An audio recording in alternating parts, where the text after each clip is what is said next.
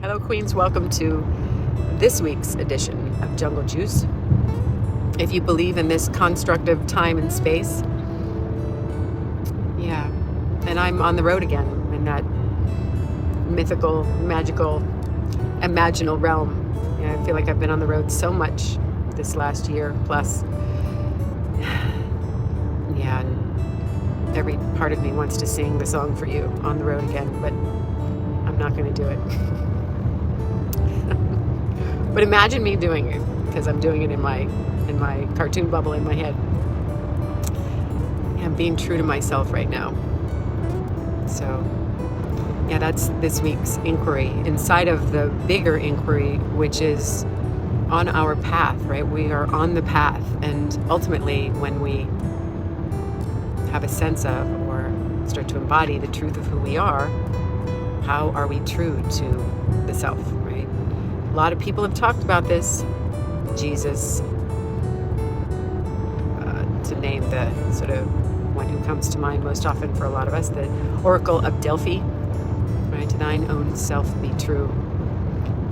And all of those folks who've said it before, I mean, philosophically, it feels really lofty. I love thinking about it, but when it comes right down to it, it can be absolutely terrifying.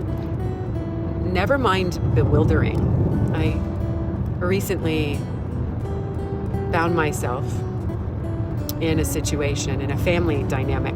Those are always like a vortex, aren't they? Or they can be, where there is such history, inherited history, slap on some cultural normative programming, and you are amidst what really does feel like a vortex. And in my situation, this family vortex recently included my mom not being well, and all of the dynamics in my family that have ensued around that.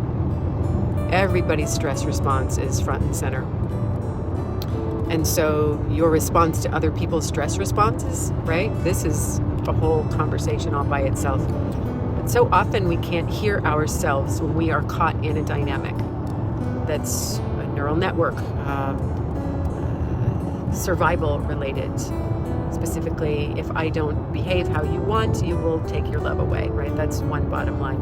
I imagine you can put yourself in your own family dynamic or some such climate where you find it's hard to hang on to yourself.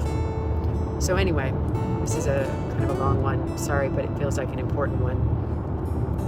I found myself faced with making a decision where I wanted to choose myself, but I couldn't find myself. And yet somehow I managed, with all my tools and the ways that we all know that we can differentiate, hang on to ourselves, I was able to choose myself amidst all the guilt and the imagining the way this would land with other people, etc., etc. I did it. I chose health, wellness, myself in mind.